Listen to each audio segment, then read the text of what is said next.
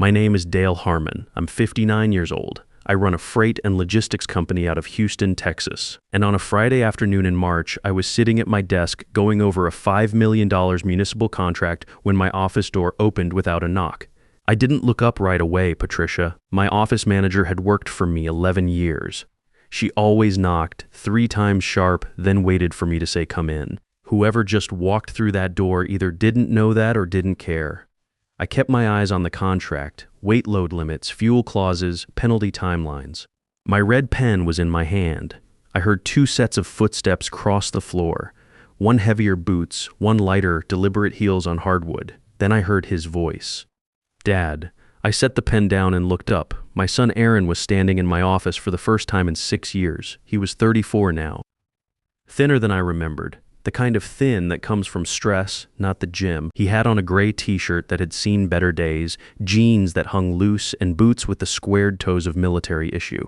3 tours in Afghanistan had given him a certain posture, weight forward, shoulders tense, like he was always bracing for something incoming. His eyes were the same pale blue as his mother Dorothy's. I noticed that right away. Standing beside him was a woman I had never seen before. Dark hair pulled back tight, sharp cheekbones, a tailored blazer that probably cost more than my work boots. She scanned the room the moment she walked in.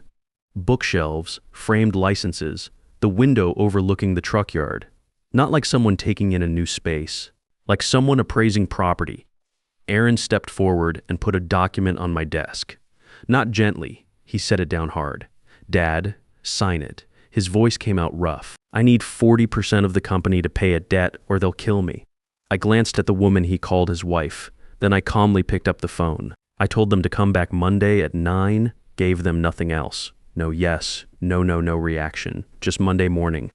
The woman she'd introduced herself as Renee, Aaron's wife, paused, looked at me, then nodded once. Aaron followed her out without making eye contact. The door clicked shut. I sat alone in my office for a while after that. Outside, I could hear a dispatcher calling out routes, a driver backing a rig into the loading bay. Normal Friday afternoon sounds. Inside, it was just me and a $5 million contract I couldn't focus on anymore. 6 years. No call on his birthday. Nothing on the anniversary of Dorothy's passing. No Christmas, no Thanksgiving, not even a text. And now he walks in with a woman I've never met, slams a document on my desk, and tells me strangers are threatening to kill him over $280,000 in debt. 20 minutes later, I had Larry Gould on the phone. Larry had been my business partner for 26 years. He was at my wedding. He sat beside me at Dorothy's funeral 7 years ago without saying a word, because that's how men like us show up. He was the only person alive who knew I had never completely cut Aaron off. Even when I'd told Aaron I had, I told him everything. He listened without interrupting. When I finished, he asked one question. What's her last name? I didn't know. She'd only given me Renee. Give me the weekend, he said. Saturday morning, 8:15. My phone rang. Get to the office now. Don't ask. Just come. Larry's desk looked like a detective's workboard when I walked in. Printed court records, licensing documents, pages flagged with sticky notes everywhere. Her name isn't Renee Pierce, he said. He slid a document across. Official letterhead, Nevada Department of Real Estate. It's Sandra Voss. She's 36, not 31 like she told Aaron. She had a real estate broker license in Nevada until 2019 when the board revoked it for stealing client escrow funds. She filed a legal name change to Renee Pierce in 2020, buried her past on purpose. I looked at the photo on the licensing record, same sharp face, same cold eyes. She's done this before, Larry said. He turned a yellow legal pad toward me. 3 names, 3 widowed fathers, 3 sons with addiction problems. Phoenix, 2015. A man's son had a gambling problem. Sandra showed up at his recovery group, made the son feel understood, married him 4 months later. The father signed over 30% of his HVAC company. Sandra and her partner liquidated those shares within 6 months, walked away with $680,000. The father had a stroke 13 months later, 63 years old. New Mexico, 2017, same approach, different family. Father lost 35% of a cattle operation before his daughter hired a private investigator and stopped it. Oklahoma, 2019, the family caught on early. Sandra ran before charges were filed. 3 families, 1 blueprint, refined each time. And the partner, I asked. Aaron mentioned a Roy. Said he set up the sports betting loans? Larry looked at me steady. Roy Voss, he said. Sandra's older brother. The room was quiet except for the air conditioning. Their family, they've been running this together. Roy got into Garrison House, Aaron's veteran support group, posing as a former Navy man. Larry continued. Aaron trusted him because of the brotherhood. That trust was the whole point. I sat with that for a moment. Tomorrow we make a plan, Larry said. I drove home that evening with a folder on the passenger seat and one thought running on a loop. My son didn't fall into this. He was pushed. Every step of the way, he was pushed by people who knew exactly what they were doing. Sunday morning, a diner off Highway 90. Larry and I sat in the back corner, away from the breakfast crowd. He had a folder and a legal pad. I had a cup of coffee I wasn't drinking. Westbrook Collections holds Aaron's biggest debt, $180,000, Larry said. I called them Saturday, posing as a family representative. They'll sell it for $55,000 cash. You buy it this weekend, Aaron owes you, not them. You set every term. Zero intimidation, no compounding weekly interest from people who don't care if he lives through this.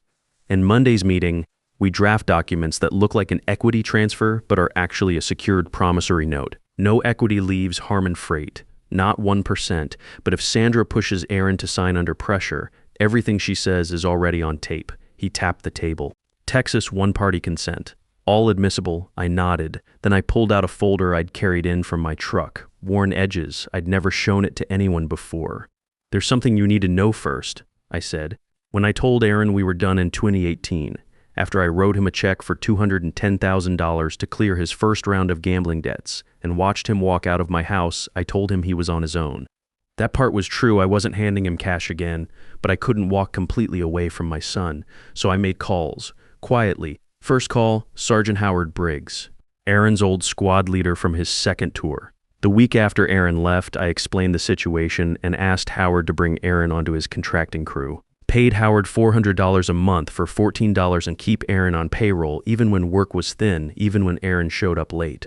Second call, Corporal Gerald Cross, San Antonio. Home renovation projects. Same arrangement, $350 a month, 16 months. Gerald told me Aaron was one of his most precise workers, showed up every day, didn't cut corners. Third, Arnold Price, warehousing operation out in Pasadena. We'd served together in the National Guard back in '89. I called in that old friendship. $300 a month. Aaron ran inventory for 30 months. Arnold said he was the best hire he'd made in years, until October 2019. The same month, Roy Voss opened Aaron's first sports betting account, total across all three, just over $20,000 6 years. None of them ever told Aaron where the arrangement came from. Larry sat back and stared at the folder.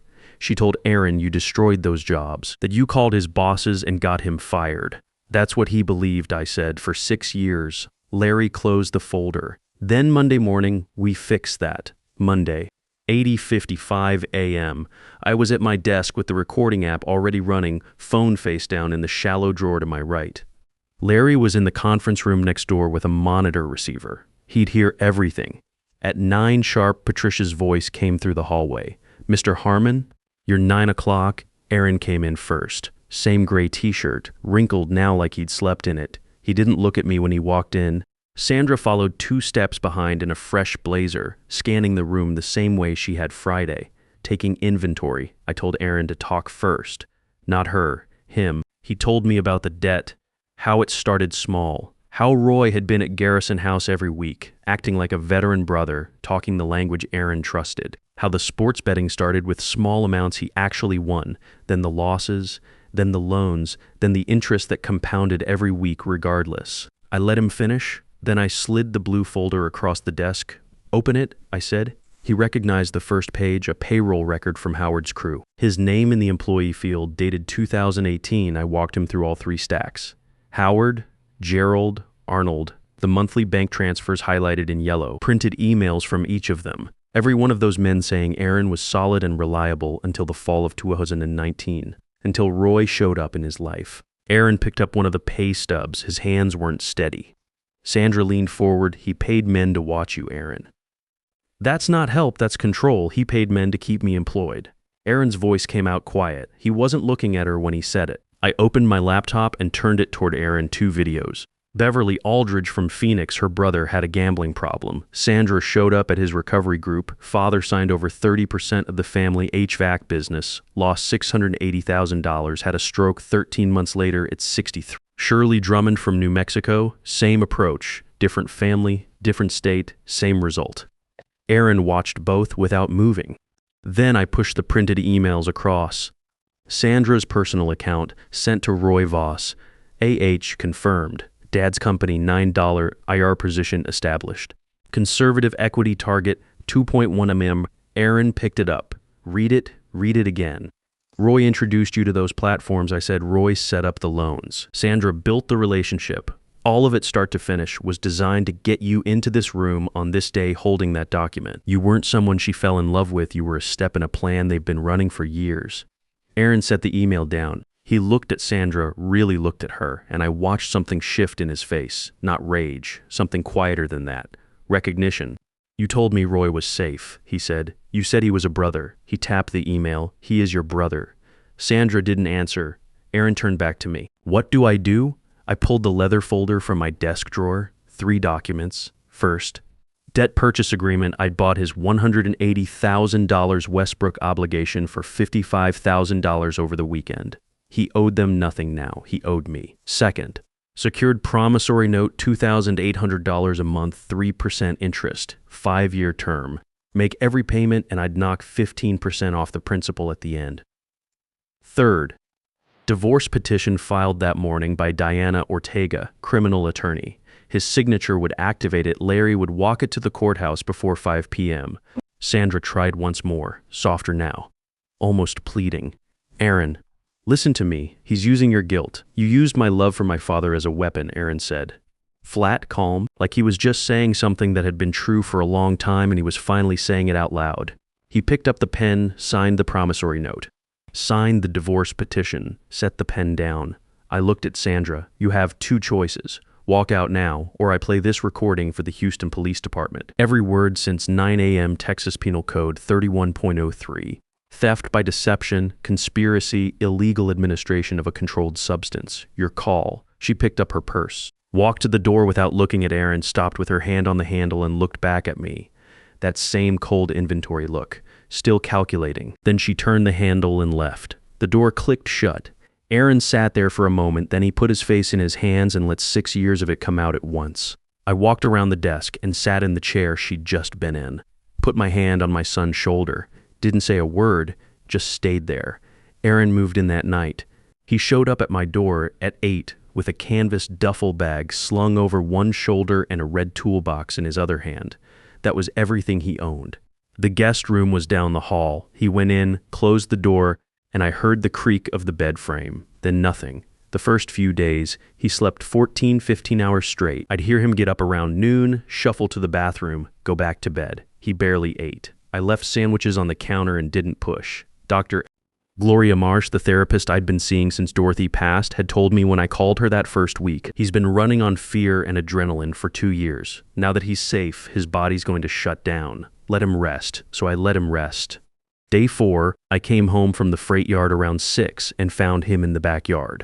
He'd pulled my toolbox out of the garage without asking and was crouched by the broken section of fence. The one a windstorm had knocked loose 2 years back that I'd never gotten around to fixing. He had a measuring tape in one hand and a hammer in the other. Replacing boards one at a time, measuring twice, cutting once, driving each nail clean. I stood at the back door and watched him for about 20 minutes. He didn't know I was there. He was somewhere else, the focused, quiet place men go when they need to do something with their hands. When he finished, he stood back and looked at it. Then he saw me. Nivid something to do, he said. Looks solid, I said. He gathered the tools and came inside. He ate dinner that night. Not much, but it was the first real meal since he'd arrived. Day 5, he knocked on my bedroom door before sunrise. Can I borrow the truck? There's a meeting at Garrison House. Different night, different group, not the one Roy used. I called ahead. I handed him the keys. He was back by 9:30, and when he walked through the door, something in his face had shifted. Still tired, but lighter. Got a sponsor, he said. Guy named Clifford Nash, 11 years clean. Former Army, doesn't let excuses land. That's exactly what you need, I said. He nodded and went to bed. A few weeks in, we were sitting at the kitchen table with coffee on a Saturday morning when I brought up something I'd been carrying for a long time. "There's something I never told you," I said. "About your mother's medical bills." Aaron looked up. "The last 6 months of treatment cost $40,000 a month. Insurance covered part of it. I paid the rest out of pocket. I kept my voice even. That was $240,000. I drained savings, took out personal loans. I would have sold Harmon Freight for 1 more year with her." Aaron set his mug down. He didn't say anything for a moment. "2 months after I made the last payment on those bills," I said, "I wrote you a check for $210,000 to clear your gambling debts. That was everything I had left." He looked at me. "I didn't know that. I didn't want you to know. You were already dealing with enough." He stared at the table for a while. Then he said, "I want to pay it back. All of it. Not just the $180,000, the whole $210,000. "No," I said. He blinked. "You owe me $180,000. That was a gift. Fathers give gift. Fathers give gifts." That conversation is done. He started to argue. I held up a hand. "Done," I said. He let it go, but I could see it sitting with him. That's how he's built. Same as me. Doesn't like carrying debt of any kind. About 3 months in, I arranged for Aaron to get a routine physical before starting work at the freight yard. Standard pre-employment requirement, that was my cover story. The real reason was Dr. Gloria had flagged something in one of our joint sessions. Aaron had mentioned memory gaps, blurry recollections of signing papers at the kitchen table late at night. Documents he didn't remember seeing in the morning. Dr. Paul Weston at the Belair Clinic called me Thursday afternoon. "Mr. Harmon, the blood work came back clean overall, but we found trace amounts of zolpidem Ambien in the hair follicle panel. Consistent long-term exposure. At those levels, your son would have experienced significant anterograde amnesia. He wouldn't have been able to form reliable new memories while under the influence." I sat in my truck in the parking lot of a hardware supplier and didn't move for a while. Sandra had been giving Aaron a sedative every night with dinner, telling him it was a sleep aid, and while he was half unconscious, she'd been putting documents in front of him. The $47,000 real estate investment that went into an LLC that didn't exist. Papers he signed and couldn't remember signing. All of it deliberate, all of it planned. That evening I called Diana Ortega. "File everything," I said. "Sandra Voss and Roy Voss, all counts. Once we file, it goes public," Diana said.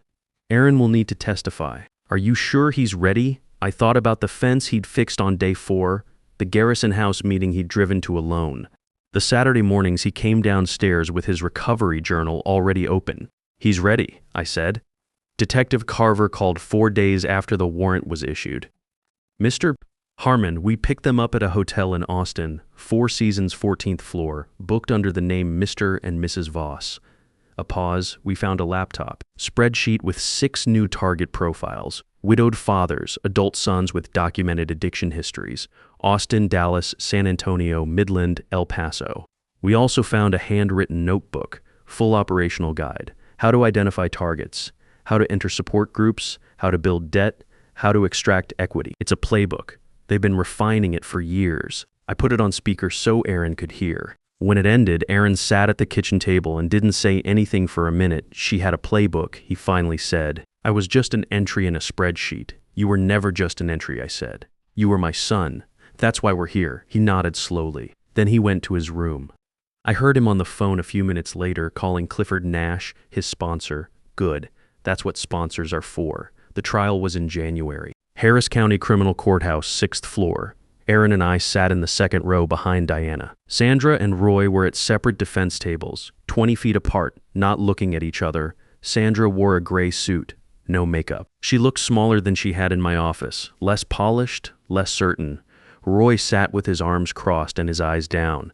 Beverly Aldridge flew in from Phoenix. Shirley Drummond drove up from New Mexico. Both of them took the stand and told the jury what Sandra Voss had done to their families. Beverly's voice cracked once when she talked about her father's stroke at 63.